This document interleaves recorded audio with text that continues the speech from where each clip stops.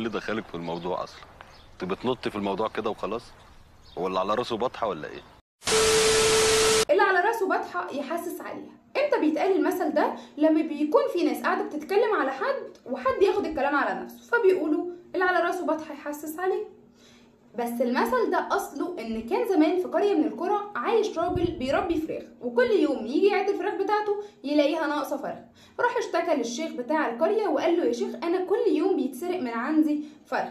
فالشيخ قال له خلاص وقت الصلاه لما الناس تتجمع انا هسالهم على الفرخه بتاعتك.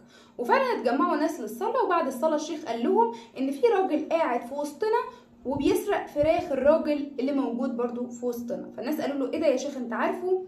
قال لهم اه عارفه، الراجل اللي على راسه ريشه هناك ده. وطبعا الراجل اللي سرق الفراخ حط ايده بسرعه على راسه كده علشان يشيل الريشه، فعرفوا ان هو ده اللي بيسرق الفراخ بتاعه الراجل. وطبعا اتاكدوا ان هو ده